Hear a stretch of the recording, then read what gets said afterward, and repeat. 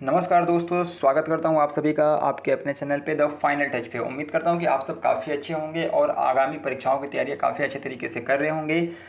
तो जैसा कि आप सब जानते हैं, ये हमारा मोस्ट रिपीटेड क्वेश्चन का सीरीज है, जिसमें हम बार बार जो एग्जाम में क्वेश्चन रिपीट हुए हैं या फिर आगे भी आने की संभावनाएं जिनकी रहती हैं वैसे क्वेश्चन डिस्कस करते हैं।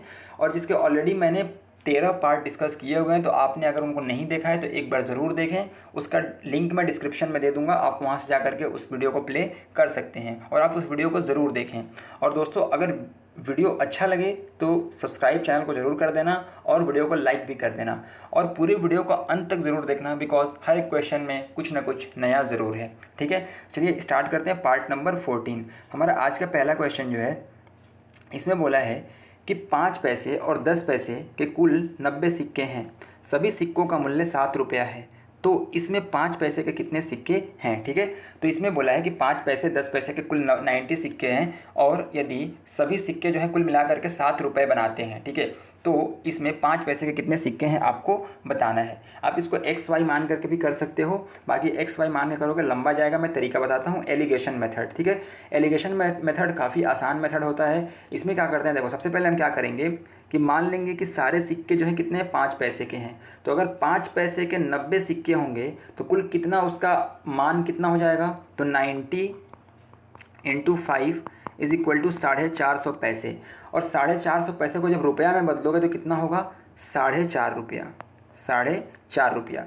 वैसे ही अगर सारे पैसे 10 पैसे, सारे सिक्के जो होंगे 10 पैसे के होंगे, तो 10 × 90 करोगे तो ये आएगा 900 पैसा। और 900 पैसा जो होगा कितने रुपए के बराबर होगा, तो होगा 9 रुपये के बराबर। ठीक है, 9 रुपये के बराबर होगा। और फिर क्या करते हैं, जहाँ जब हमने ये निकाल लिया तो फिर ये जो बीच वाला मान होता है, यानी कि जो कुल उसकी वैल्यू होती है, उसको हम यहाँ बीच में लिख देते हैं। यहाँ पे हमने उसको 7 लिख दिया। ठीक है, ये इसका ट्रिक है।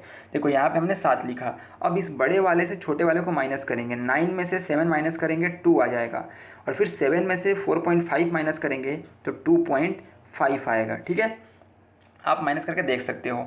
अब देखो यहाँ पे ये पॉइंट में आ गया, इसको हटाने के लिए मैं इसको भी 2 से और इसको भी 2 से मल्टीप्लाई कर दूंगा ताकि रेशियो में कोई परिवर्तन ना आए। तो ये आपका 4 हो जाएगा और ये आपका 5 हो जाएगा। तो ये क्या आया, ये 4 रुपये, ये जो है आपका 5 पैसे और 10 पैसे के सिक्कों का अनुपात है 4 और 5। ठीक है, तो 4 और 5 को अगर हम जोड़ेंगे तो कितना होगा, 5 4 9, और 9 यूनिट की वैल्यू, यानी कि टोटल सिक्कों की संख्या है। ये 4 और 5 क्या है, टोटल सिक्कों की संख्या है। तो 9 यूनिट की वैल्यू कितनी दी गई है, 90 सिक्के। तो 1 यूनिट की वैल्यू कितनी हो जाएगी, 10 सिक्के हो जाएगी। यानी कि 5 पैसे के कितने सिक्के हैं, तो 4 × 10 इज इक्वल टू 40 सिक्के, जो कि ऑप्शन नंबर सी में दिया गया है। ठीक है, ये 4 क्या दिया है, ये 4 जो है 5 पैसे के सिक्के का संख्या का अनुपात है। ठीक है, और फिर अगर पूछे कि 10 पैसे के सिक्के कितने हैं, तो 5 × 10 कर दोगे तो आपको 50 सिक्के जो आ जाएंगे आपके 10 पैसे के आ जाएंगे। तो एलिगेशन मेथड से आप इस सवाल को मतलब मुश्किल से 5 से 10 सेकंड में आराम से कर सकते हो। बस एक बार समझने की देर है। आई होप समझ में आया होगा। अगर नहीं समझ में आया हो तो आप कमेंट बॉक्स में पूछ सकते हो। ठीक है, चलिए बढ़ते हैं अपने अगले क्वेश्चन की तरफ। द नेक्स्ट क्वेश्चन इज, एक दुकानदार एक वस्तु पर 320 रुपये अंकित करता है। यदि 10% की छूट के बाद भी उसको 20% का लाभ होता है तो उस वस्तु का क्रय मूल्य ज्ञात करना है। सबसे पहले मैं आपको बता दूं कि हमेशा जो छूट यानी डिस्काउंट दिया जाता है वह मार्क प्राइस पे देते हैं। ठीक है, मार्क प्राइस पे डिस्काउंट देते हैं, और जब भी फ़ायदा होता है वह कॉस्ट प्राइस यानी कि क्रय मूल्य पे फ़ायदा होता है। ठीक है, इतना क्लियर है। अब बोला है कि डिस्काउंट दिया गया है 10% का, इसको अभी आप भूल जाओ। डिस्काउंट दिया है 10% का, तो अगर 10% का डिस्काउंट यानी कि माइनस होगा तो 10 माइनस 10% का मान कितना होता है, -1/10। 10 क्या है, मार्क प्राइस है, और उसमें से 1 माइनस करेंगे तो अगर 10 मार्क प्राइस है, 1 रुपये की छूट देंगे, 10 में से 1 माइनस कर देंगे, 9 आएगा। और 9 होगा क्या एक्चुअली, तो 9 आपका सेलिंग प्राइस होगा, क्योंकि छूट देने के बाद उसको बेचेंगे ही तो वह क्या हो जाएगा कि 10 उसका मार्क प्राइस और 9 उसका सेलिंग प्राइस। वैसे ही उसको 20% का लाभ होता है, यानी कि लाभ हुआ है, यानी 20 + 20%, इसका मान हो जाएगा 1/5, यानी कि उसका कॉस्ट प्राइस कितना है, 5 है, इसमें क्या होता है 5 इसका कॉस्ट प्राइस होता है और 1 यूनिट बढ़ेगा और 5 से ये 6 हो जाएगा, यानी कि 5 उसका कॉस्ट प्राइस था और बिका तो वो 6 रुपये का 6 यूनिट का हो गया, ठीक है, यानी कि 1 यूनिट का फ़ायदा हुआ। अब यहाँ पे अगर हम देखें तो ये तो एसपी एक ही है, यहाँ पे 9 यूनिट है, यहाँ 6 यूनिट है, ये तो गलत बात है। इसको हम बराबर करेंगे, कैसे करेंगे, तो इसको 2 से मल्टीप्लाई कर देंगे। तो अगर इसको 2 से करेंगे तो फिर इसको भी 2 से मल्टीप्लाई करना पड़ेगा ताकि रेशियो जो है बराबर रहे। तो फिर इसको अब ये 9 × 2 18 हो गया, तो इसको 2 से कर देंगे, इसको 3 से कर देंगे। अगर 6 × 3 तो इसको भी 3 से करना पड़ेगा, तो ये भी 18 हो गया और ये 15 हो गया। अब इनका जो रेशियो बना एमपी का, एमपी कितना हो गया 20 हो गया, एसपी कितना हो गया, यह आपका 18 हो गया और सीपी कितना हो गया, तो सीपी आपका 15 हो गया, ठीक है। ये एमपी एसपी सीपी का रेशियो आ गया। अब यहाँ दिया गया है कि जो एमपी यानी मार्क प्राइस यानी अंकित मूल्य है वह 320 है, यानी कि इस 20 की वैल्यू जो दी गई है वह 320 दी गई है।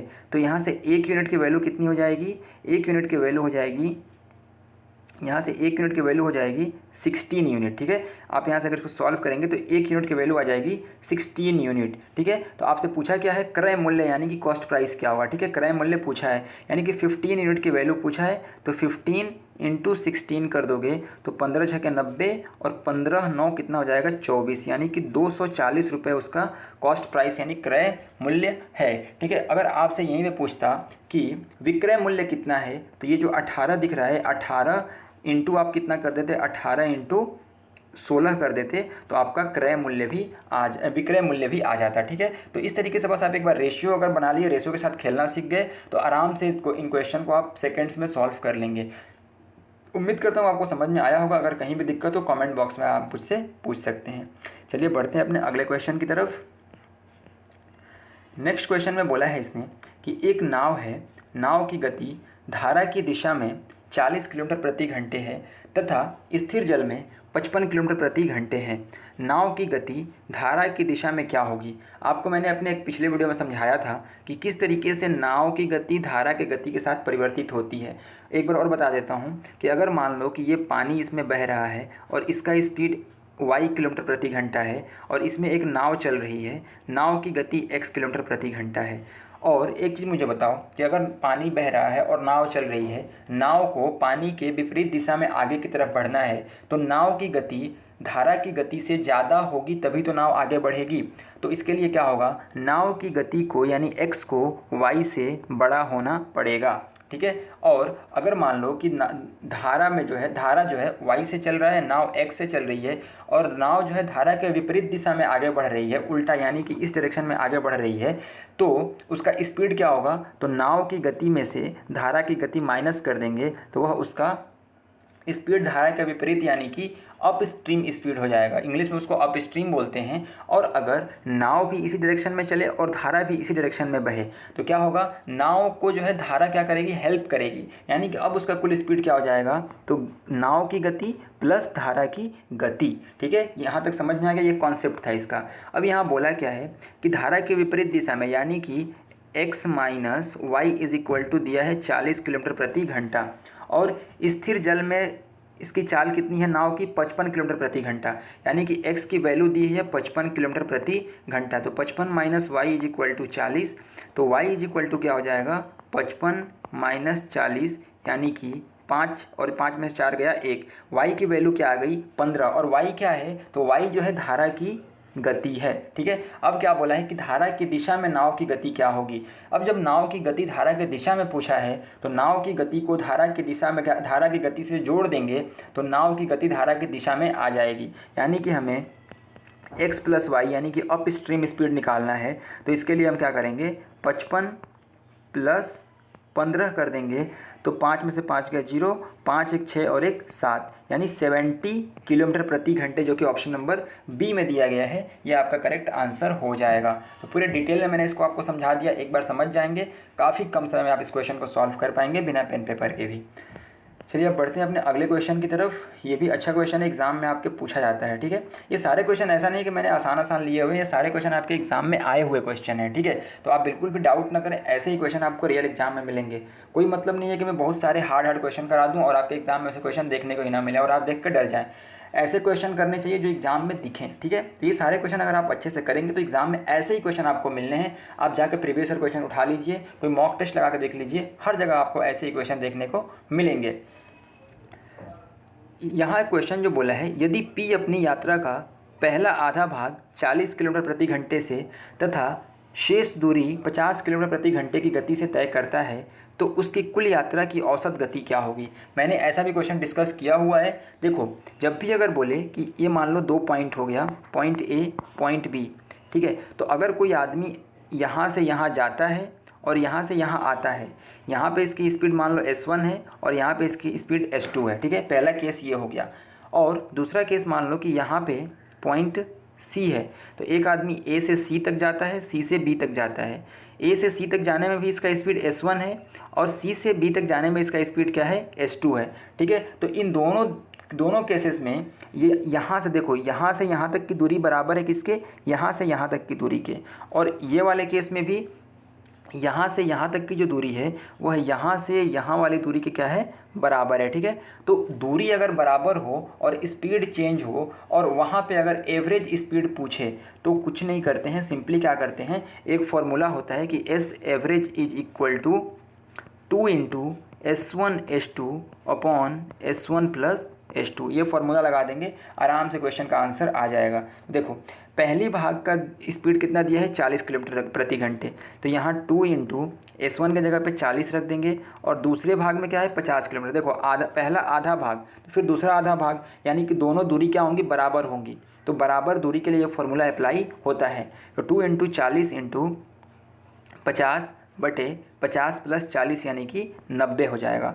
1 0 से 1 0 कैंसिल आउट हो जाएगा। आप इसको सॉल्व करोगे तो 5 चौक के 20, 200 और ये 200 इंटू 2 कितना हो जाएगा, 400 बटे 9, ठीक है। यहाँ पे 40 इंटू 5 200 हो गया और 200 इंटू 2 करोगे तो क्या हो जाएगा, 400 बटे 9। और 400 बटे 9 को अगर आप डिवाइड करोगे तो 9 के 36 यानी कि 44.44 जो कि ऑप्शन नंबर ए में दिया गया है, यह आपका करेक्ट आंसर हो जाएगा, ठीक है। तो आई होप ये क्वेश्चन आपको समझ में आया होगा, ये फॉर्मूला आपको याद कर लेना है। चलिए बढ़ते हैं अगले क्वेश्चन की ओर। यह आपका कंपाउंड इंटरेस्ट का क्वेश्चन है, काफ़ी अच्छा सा सवाल है, लेकिन इसमें मैं कोई भी फार्मूला इस्तेमाल नहीं करूँगा, आपको बिल्कुल आराम से समझा दूँगा। देखो, बोला है कि यदि ब्याज को वार्षिक रूप से चक्रवृद्धित किया जाए तो 2 वर्ष के लिए 48, यहाँ पे इसको 48,000 कर लेना क्योंकि क्वेश्चन में मिसप्रिंट हो गया है, ठीक है। क्योंकि ऑप्शन देखो ना, सब 69,000, 21,000, 76,000 और 72,000 दिया है, तो ये 48,000 होना ही चाहिए, ठीक है। तो 4800 को 48,000 बना लेंगे, ये आपका मिसप्रिंट किया हुआ है, ठीक है। तो आप इसको 48,000 कर लेंगे। बोला है कि यदि ब्याज को वार्षिक रूप से चक्रवृद्धित किया जाए तो 2 वर्षों के लिए 48,000 रुपये पर 20% वार्षिक दर से चक्रवृद्धि ब्याज कितना होगा। चक्रवृद्धि ब्याज क्या होता है, जब ब्याज पर ब्याज लगने लगे तो उसे चक्रवृद्धि ब्याज बोलते हैं, ठीक है। देखो, क्वेश्चन में मैं समझाऊंगा तो आराम से समझ में आ जाएगा। यहाँ पे मैंने 2 साल को 2 हिस्सों में बांट लिया, ये पहला हिस्सा, यहाँ से यहाँ तक पहला हिस्सा और ये दूसरा हिस्सा, ठीक है। अब क्या बोला है कि देखो, पहले हिस्से में यानी 48,000 रुपये का 20%, तो मैंने समझाया हुआ है कि 48,000 अगर है, इसका 10% निकालोगे यानी यहाँ एक दशमलव लगा दोगे तो 4800 बन गया। अब 4800 10% आया है तो 20% के लिए 2 से गुणा कर दोगे तो 4800 गुणे 2 कितना करोगे, 2 करोगे तो कितना आएगा, 9600, यानी कि 9600 का सिंपल इंटरेस्ट आया पहले साल, फिर 9600 का ही सिंपल इंटरेस्ट आएगा दूसरे साल, क्योंकि सिंपल इंटरेस्ट हर जगह बराबर होता है। अब कंपाउंड इंटरेस्ट में होता क्या है कि ये जो सिंपल इंटरेस्ट आया है ना, अगले साल इस पे भी ब्याज मिलता है, ठीक है। तो 9600 का जो ब्याज होगा 20% के हिसाब से सेकेंड साल में, दूसरे साल में, वह कितना हो जाएगा, तो वह आपका हो जाएगा 9600 का 20% आप निकालो, 9600 का 10% कितना होगा, 960 इंटू 2 कर दोगे, 0 2 6 12 2 9 18 और 1 19, 1920 हो जाएगा, ठीक है। तो आपका जो इसका जो ब्याज होगा यहाँ वाला, यह कितना हो जाएगा, 1920, यानी कुल जो ब्याज मिला वो कितना होगा, तो यहाँ पे आप 9600 यानी कि 9600 प्लस 9600 कर दोगे, यानी 9600 गुणे 2 यानी 2 6 12 2 9 18 और 1 19, 19,200 प्लस 1920, ठीक है। आप इसको सम करो, 0 2 9 2 11 9 एक 10 और एक 11 और एक एक 2, 21,120 ये आपका कंपाउंड इंटरेस्ट आया। अब इसमें आप 48,000 जोड़ दो, क्योंकि आपको अल्टीमेटली क्या निकालना है, मिश्र धन यानी कि अमाउंट निकालना है। तो आप इसको जोड़ोगे तो ये ज़ीरो हो जाएगा, ये आपका ज़ीरो हो जाएगा, ये 2, ये 1 8 और एक 9 और ये 4 2 6, यानी 69,120 रुपये आपका मिश्र धन होगा, जो यानी कि अमाउंट होगा, जो कि ऑप्शन नंबर ए में दिया गया है। तो इसको मैंने काफ़ी डिटेल में, काफ़ी आराम से, काफ़ी धीरे धीरे, बिल्कुल बिना किसी फॉर्मूला के इस्तेमाल के आपको समझा दिया है। उम्मीद करता हूँ कि आपको समझ में आया होगा। अगर यहाँ कहीं भी डाउट हो तो कमेंट में आप मुझसे पूछेंगे, मैं आपके क्वेरी का रिप्लाई करूँगा। ठीक है, तो चलिए ठीक है, ये हमारा लास्ट क्वेश्चन था। तो मिलेंगे अगले वीडियो में, तब तक पढ़ते रहिए, आगे बढ़ते रहिए। जय हिंद।